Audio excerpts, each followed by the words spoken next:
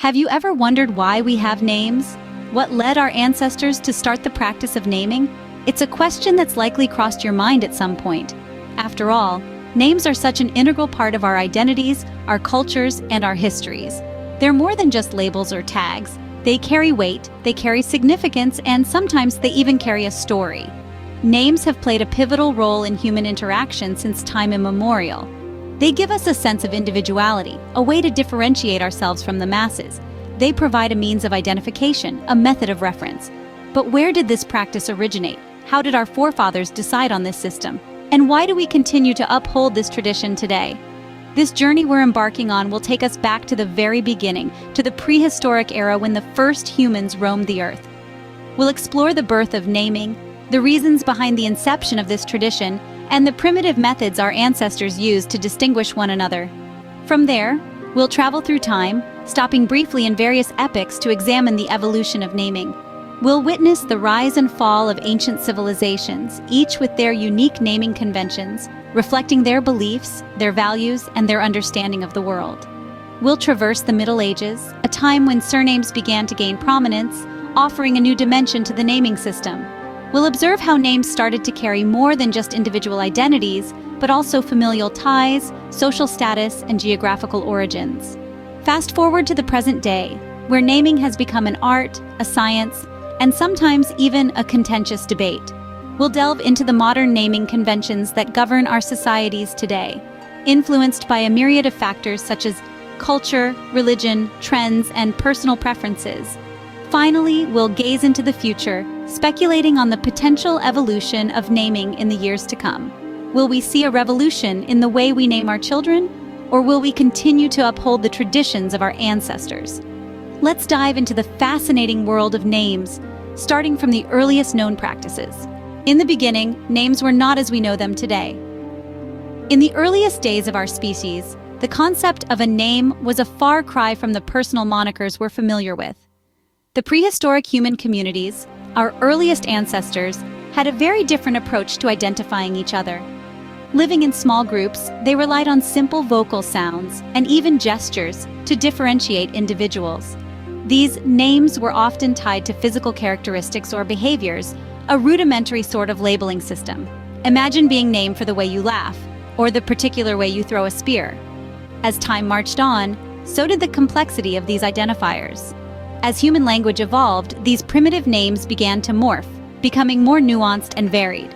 They started to encompass not just physical traits, but personal characteristics and even roles within the community. A skilled hunter, a wise elder, a brave warrior, these early roles may have served as the precursors to our modern surnames. But it wasn't just about practicality. Even in these early societies, names carried a certain power. They were a way of asserting one's place in the group, of marking achievements, or even of invoking the protection of unseen forces. Many ancient cultures believed that to know a person's true name was to hold power over them, a belief that echoes in tales and myths to this day. This evolution was slow, playing out over countless generations, but each small change, each new layer of meaning, was a step toward the rich tapestry of naming customs we see in the world today. In those distant days, names were fluid, changing with circumstance and life stages. A child might be given a new name upon reaching adulthood, or a warrior might earn a new title with each victory.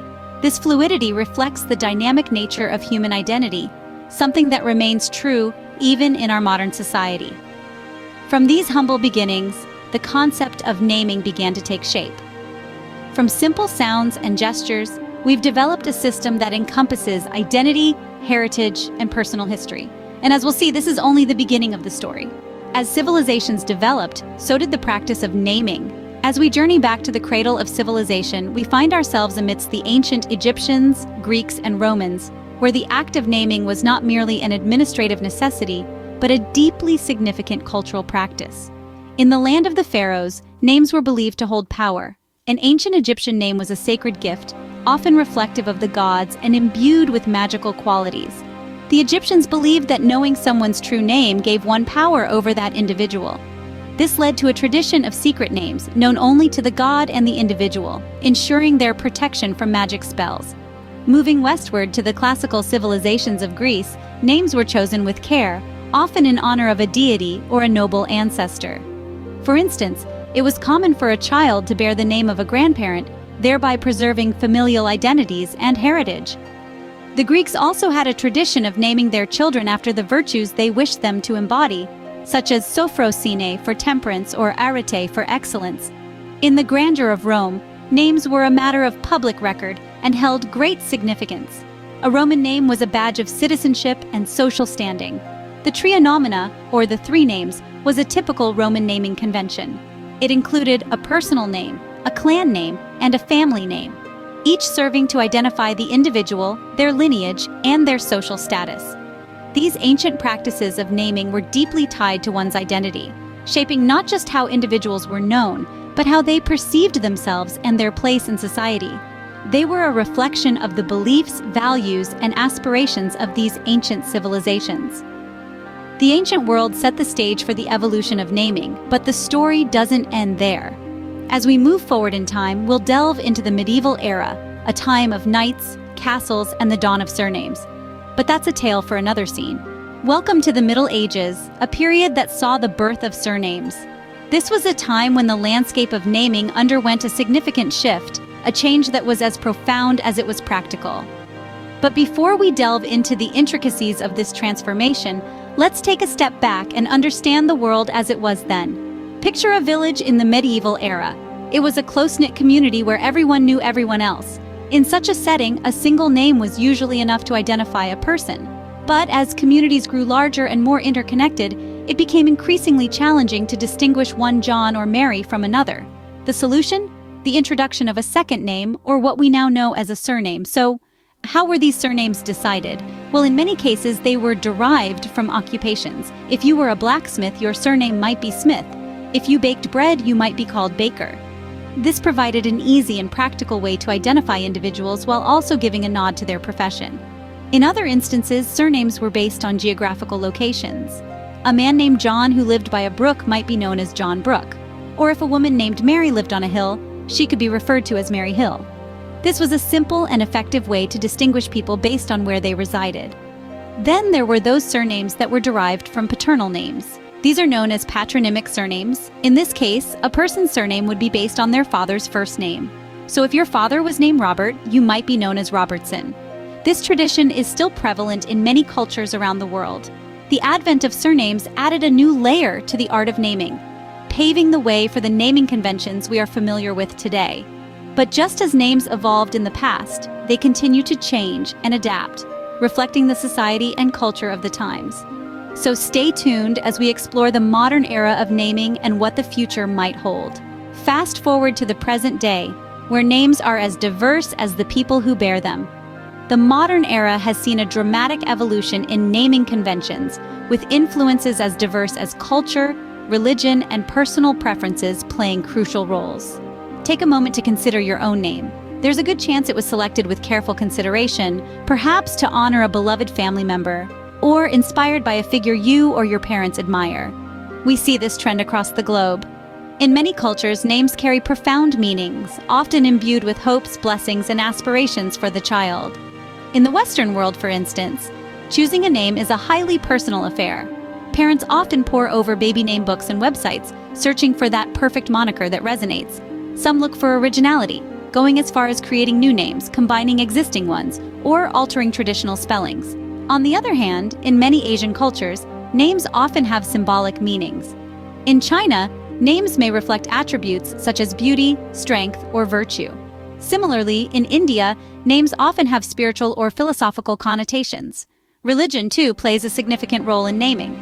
Many Muslim parents, for instance, choose names of prophets or religious figures, while Christian families often opt for names found in the Bible. The beauty of modern naming conventions lies in the freedom and creativity they embody. Names are no longer confined to a set list or limited by societal norms. We have the liberty to choose names that resonate with us, that reflect our identities, our heritage, and our hopes for our children. Yet at the core, the purpose of names remains the same. They serve as our identity tags, a way for the world to know us and for us to know ourselves. But today, names are more than just labels. They are expressions of our identities and reflections of our cultures. What does the future hold for the art of naming? A question as intriguing as the future itself. As we stand on the precipice of tomorrow, we can't help but wonder how the tradition of naming will evolve further. In our increasingly globalized world, names are becoming more diverse. Where once people were named based on their immediate community or culture, today's parents are drawing inspiration from a vast array of cultures and languages. This blending of naming traditions is likely to continue, creating a rich tapestry of names that reflect our interconnected world. Meanwhile, technology is also reshaping the landscape of naming. With the advent of artificial intelligence, we're seeing algorithms capable of generating unique names. This could lead to an era of hyper-personalized names, born not just out of tradition or personal preference, but out of complex algorithms designed to create the perfect name. And let's not forget the influence of societal norms. As our understanding and acceptance of gender fluidity increases, we're seeing a move towards more gender-neutral names. This trend could redefine the way we think about names, breaking down the binary barriers that have long defined this practice. But perhaps the most exciting prospect is the potential for individuals to have more control over their own names. As societal norms continue to shift, we might see a future where people are not merely given a name, but where they choose their own name, a name that truly represents their identity and individuality. This is the beauty of the art of naming. It's an ever-evolving practice shaped by the world around us. It's a reflection of our history, our culture, our technology, and our values. And as we move forward, it will continue to change and grow, mirroring the evolution of humanity itself. The story of naming is still being written, and only time will reveal the next chapter. From primitive sounds to meaningful monikers, the journey of naming is a fascinating one. What a journey it has been, right? We've traveled through time and across cultures, unraveling the fascinating evolution of how we as a species began to name ourselves. Let's take a moment to reflect on what we've uncovered. The saga began in prehistoric times, with our earliest ancestors using simple sounds to identify each other. These were not names as we understand them today, but they served the same critical purpose, distinguishing one individual from another. Then we ventured into the era of ancient civilizations. Here, names took on a more complex form, influenced by social hierarchies, occupations, and even physical attributes. The Egyptians, Romans, Greeks, and many others each had their unique approach to naming, often reflective of their societal structure and beliefs. Our journey then led us to the medieval period, a time of significant change. Surnames or family names started to emerge, adding another layer of identity. This was a pivotal moment in our naming history, as it laid the foundation for the naming conventions we use today.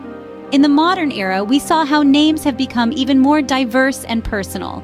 They're influenced by trends, popular culture, and individual creativity. Names today are more than just identifiers. They're an expression of our personalities, our heritage, and our aspirations.